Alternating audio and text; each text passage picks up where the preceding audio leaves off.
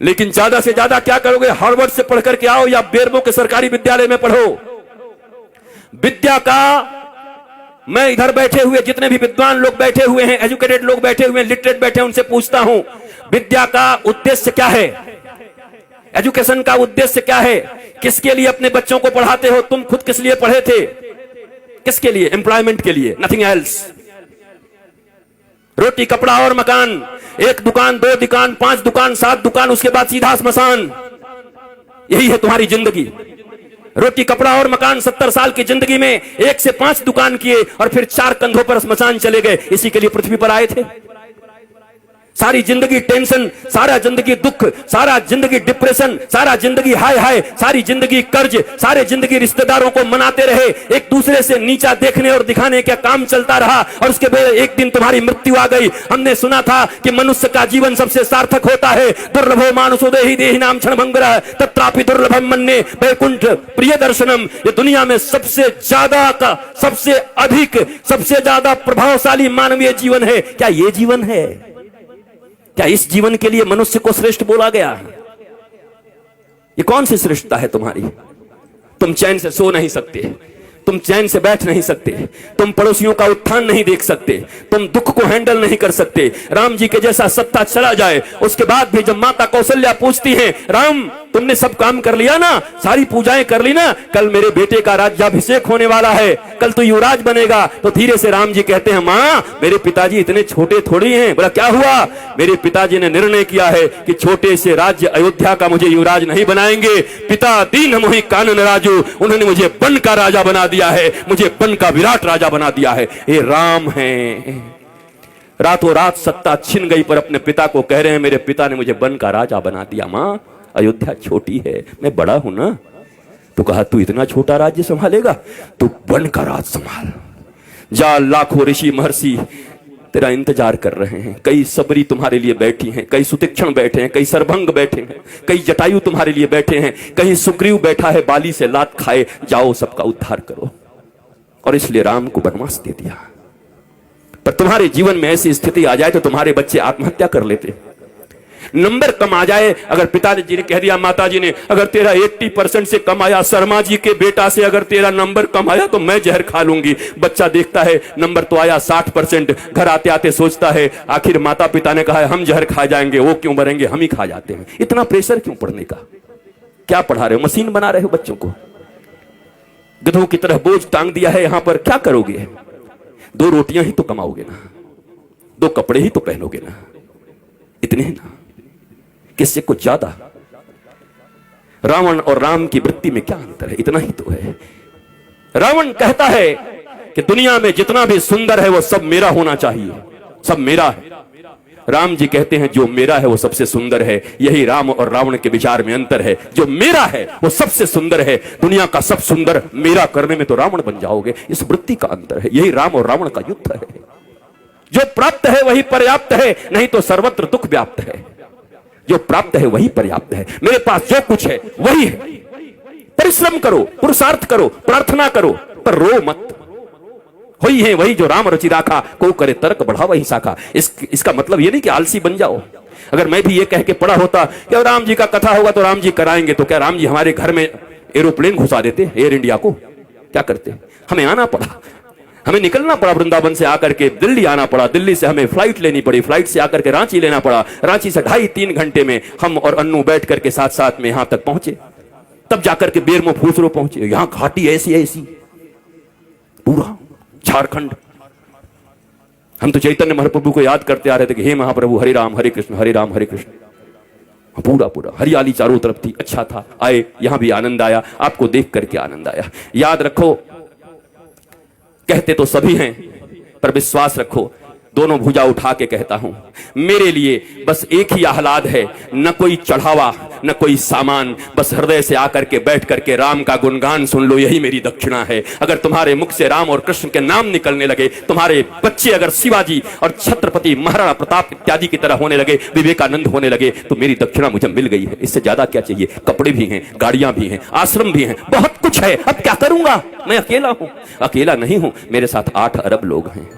वसुधैव कुटुंबकम। 140 करोड़ भारतीयों के साथ साथ 8 अरब लोग। चूंकि सनातन संस्कृति ही एक ऐसी संस्कृति और धर्म है जो पूरी दुनिया को अपना परिवार मानती है। कोई कहता है मैं बड़ा, कोई कहता है मैं बड़ा, कोई कहता है मैं बड़ा, पर एक हमारा धर्म है जो कुछ नहीं कहता। वो कहता है धर्म की जय हो, अधर्म का नाश हो, प्राणियों में सद्भावना हो और विश्व का कल्याण हो। ये हम कहते हैं, सनातन ही धर्म है। बाकी मत हो सकते हैं, जितने भी लोग हैं, 8 अरब लोग हैं, 8 अरब मत हो सकता है, पर धर्म एक था, एक है और एक सदा रहेगा। और उस धर्म का नाम है सनातन धर्म। एकमात्र धर्म इस पृथ्वी पर है जो पूरी दुनिया को अपना परिवार मानता है, अपने परिवार की तरह रखता है और पूजता है। तुम्हें गौरव होना चाहिए।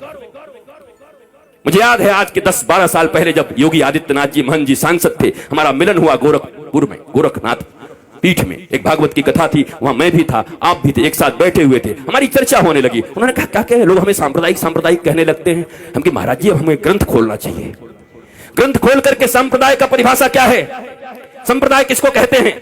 सम्यक प्रकार से हमारे पूर्वजों ने जो हमको प्रदान किया है, जो विचारधारा, जो अपनी विचारधारा, पवित्र विचारधारा हमारे पूर्वजों ने हमें प्रदान किया है, उसको कहते हैं सम्यक प्रकार से विचारों को प्रदान करने की प्रक्रिया को संप्रदाय कहते हैं। और अगर इसे संप्रदाय कहते हैं तो महाराज आज के बाद आप कह दीजिएगा टीवी चैनलों पर कि गर्व से कहो हम सांप्रदायिक हैं, हमारे पूर्वजों ने हमको जो विचार दिया है उसको लेकर के हम इस दुनिया में चल रहे हैं। लज्जा क्यों करते हो, शर्म क्यों करते हो। ये अनपढ़ लोग, ये गंवार लोग जिन्होंने मैकोले की शिक्षा विद्या पढ़ा करके तुम्हें पीछे की ओर ढकेल दिया, तुम सच्ची बात भी कहते हो तो कहने के लायक नहीं रह जाते हो। सांप्रदायिक कोई खराब शब्द नहीं है, संप्रदाय शब्द भारत का सबसे प्यारा शब्द है, सनातन संस्कृति का सबसे प्यारा शब्द है। पर तुमको संप्रदाय के लिए क्या पढ़ा दिया गया, तुष्टीकरण और संप्रदाय पढ़ा दिया गया तुमको।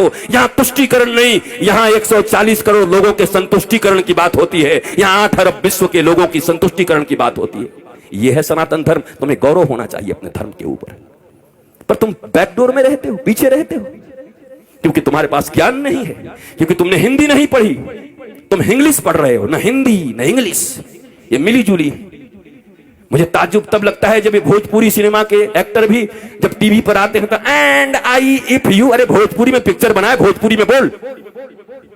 ये हिंदी एक्टर जब आते हैं सिनेमा बनाएंगे, हिंदी बनेंगे, कूली बनेंगे, गांव के आदमी, पर जब आएंगे तो एंड आई एंड दिया एंड मेरी जान आँखें, अरे हिंदी बोल भाई। तुमको इन हिंदी वालों ने सुपरस्टार बनाया है, टेटे टेटे इंग्लिश बोलता है बैठ के। पर हमारे देश में अंग्रेजी बोलना मतलब एजुकेटेड होना, ज्ञानी होना। ये भारतीयों इस गुलामी से कब निकलोगी। इस दुनिया में सबसे रीच लैंग्वेज है तो संस्कृत है, और सबसे पुअर लैंग्वेज है तो इंग्लिश है। संस्कृत के पास 1,74,00,000 से ज्यादा वर्ड्स हैं। करोड़ कह दिया, अरब। इंग्लिश के पास कितने हैं, बेचारा हर साल 2-4-10 बढ़ाते रहता है। हमारी कितनी बढ़िया संस्कृति है, मौसी, चाची, मामी, वहां सब आंटी, पता ही नहीं कौन क्या। Brother and brother in law, बताओ, sister and sister in law, वो लॉ के अनुसार सिस्टर है और ये कैसी सिस्टर है, ये क्या है। This is language. बोलने दो जो बोलते हैं, तुम भी सीख के रखो, पर गौरव तो अपनी संस्कृत पर करो। संस्कृत में गाली भी दोगे ना तो बड़ा आनंद आएगा। किसी को कह दो ना, आप तो ग्राम सिंह हैं, खुश हो जाए। ग्राम सिंह, ग्राम सिंह का अर्थ कुत्ता होता है, कुकुर। किसी को कह दो आई आई आप तो ग्राम सिंह है, वो भी कहेगा। बाद में कोई कहे हमको ग्राम सिंह कहा, महाराज संस्कृत में कुकुर होता है। आए कुकुर बोल गया। हमारी गाली भी इतनी प्यारी है हमारी भाषा में, पर हमें मालूम ही नहीं, हम जानते हैं। बदलो अपने संस्कारों को, नहीं तो ये कथाएं तुम्हें और बेहोश कर देंगी कुछ दिन के बाद। और इस बेहोशी में सोमनाथ के मंदिर इतनी बार टूटे। तुम्हें याद है सोमनाथ का मंदिर जब टूट रहा था तो हजारों हजार लोग मारे गए थे। सब विद्वान थे, वेदज्ञ थे, श्रुतज्ञ थे, बड़े बड़े विप्र थे, बहुत मंत्र पढ़ते थे। मंदिर भी टूट गई, वो भी मार दिए गए। कैसे हो गया ये। शास्त्र पढ़ना अलग है और शास्त्र समझना अलग है, रटना अलग है।